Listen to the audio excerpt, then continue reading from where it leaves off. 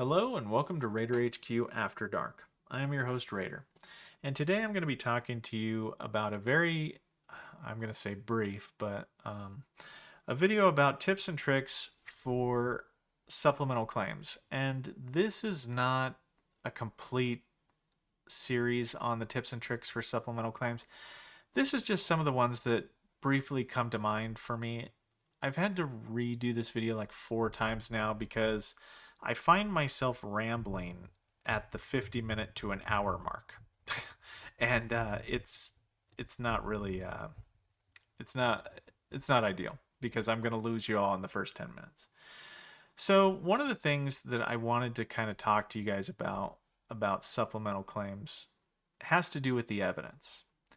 And I'm going to keep this focused because part of the reason why I kind of blew up into an hour long video was that there's many different types of supplemental claims and many different reasons to do supplemental claims. So I'm going to keep it focused to you were previously denied and you want to try to appeal that by submitting new evidence. So the main thing that I wanted to talk to you about is I want you to review your rating narratives and try to figure out why you were denied. I want you to review your favorable findings and see. So if you were denied for direct service connection and they give you a favorable finding of, let's say, you have a in-service event, but you were denied because you don't have a diagnosis and you didn't have a nexus between service connected, between a diagnosed condition and a service injury. So for this, I want you to think like the VSR does. And when the VSR reviews the claim, they review it, they'll review the narrative first. And they'll review for why it was denied so they can determine whether or not the evidence is duplicative or not relevant or otherwise new, right?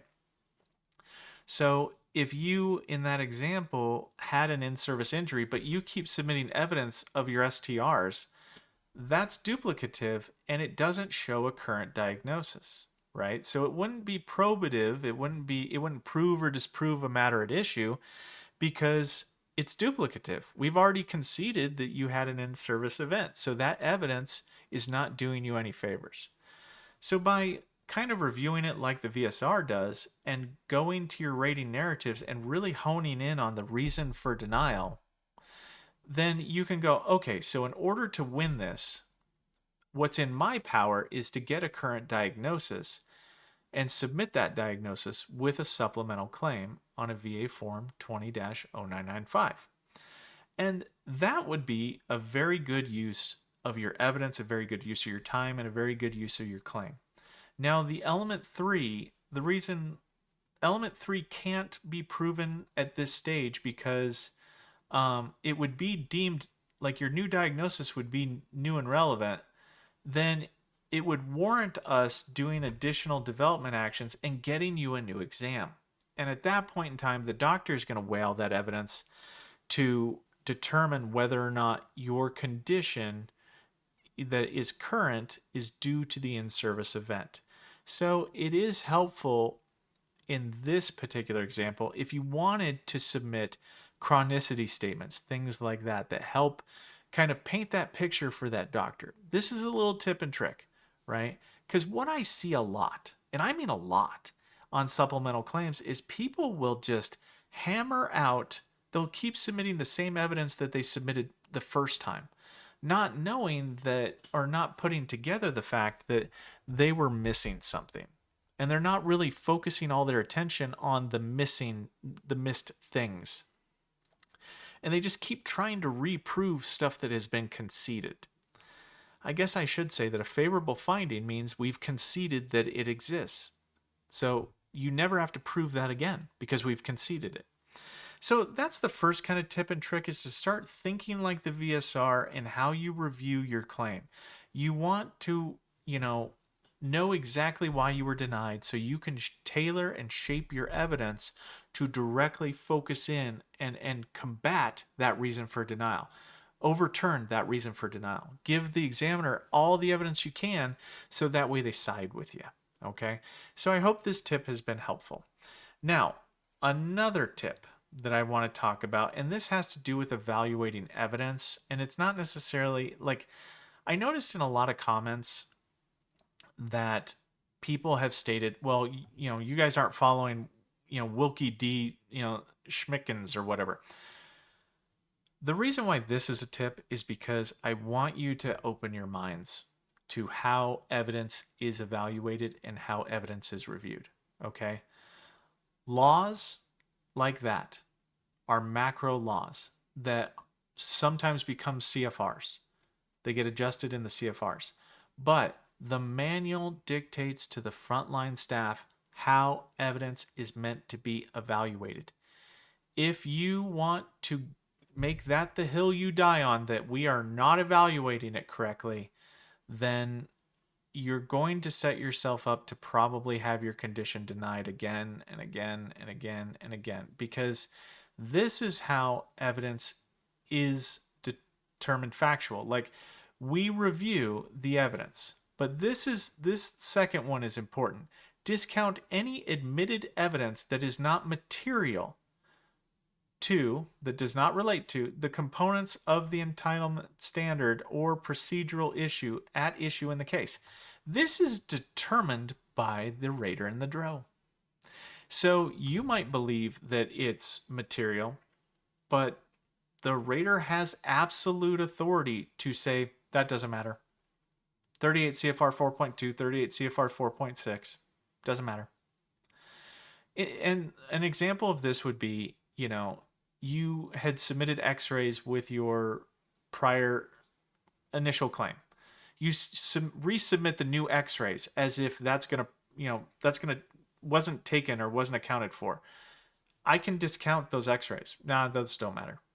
We need a current diagnosis, but those x-rays don't do it. Like, I need you to go to your doctor, and your doctor has to physically submit or physically attest that you have a current diagnosis. Your x-rays don't mean anything. I'm not going to send you for an exam for the same duplicative x-rays. It's not me being a jerk, right? It's just that we have to follow the manual, which is the interpretation of the CFRs and laws, and how the rating authority, the development, authorization, how each one of those divisions should review evidence. So please keep that in mind. And this is why I say that the disposition of the staff is a factor that is not being discussed in the content creator community, but it is a factor that matters so much, because my disposition as to how I review the evidence is not the same as how Johnny over there next to me reviews the evidence. And it's well within their rights. It's how you can go before like a law judge, and they have three people with the exact same circumstances, situations, and whatnot, and the judge can rule three different ways on it, because that's the level of authority that we have to interpret the evidence. You can't say, well, you didn't do this. Well, the only time that can be said is if you have a situation where it says the decision maker must yada yada yada. So I just wanted to point that out as a tip and trick, and the tip and trick explicitly is, don't get so wrapped around the axle that you think the process is this, unless you can prove it in the manual that's what should have been done. That's where you come up with the higher level reviews and the CUNEs, is you can show evidenced by. If you slam out a law at me, I'm gonna go, okay, sure. Well, my manual reference says I have the ability to do this, so your complaint is moot at that point. And I'm not trying to be an elitist or anything like that. I'm just telling you, if you're ever frustrated why this is the 78th time that your thing might have been denied, let's change our approach on it. Let's let's soften up our view on it and come to and maybe play the game they're playing, right? Look at the rules they're using, identify it, because oftentimes those laws and regulations are blown in by the VBMS system and not by the rater. The rater's not reviewing those laws because they don't matter to the process. The system will enact those laws. VBMS will utilize those laws whenever we check the boxes, right? So please keep that in mind, and don't kill the messenger. Actually, that's probably the tip and trick right now is I'm the messenger. Please don't kill me. But anyway, I want to move on to the next tip and trick. So this is a big tip and trick. This is huge. So let's say you get denied for your back. I'm going to keep doing your back. Let's say you get denied for your back due to element 3, no medical nexus. Let's say you have a current diagnosis. Let's say you have an in-service event, but for the examiner, it was just too much time, too long a time. Who you had your examination through matters. It matters more than you know. Because let's say you went to a vendor, and there's QTC, there's VES, there's LSGS, there's LHI. Those are the vendors. Well, let's say you were denied from QTC. It is more likely than not that you will get QTC if we give you an exam again for your supplemental claim. Now, you are likely to either get that doctor or a doctor, once again, in QTC. There is inherent bias among the doctors. If Dr. A does not want to say that Dr. B was wrong if they work together, okay? Because the internal dynamics, you could be calling the other person, not competent at that point in time.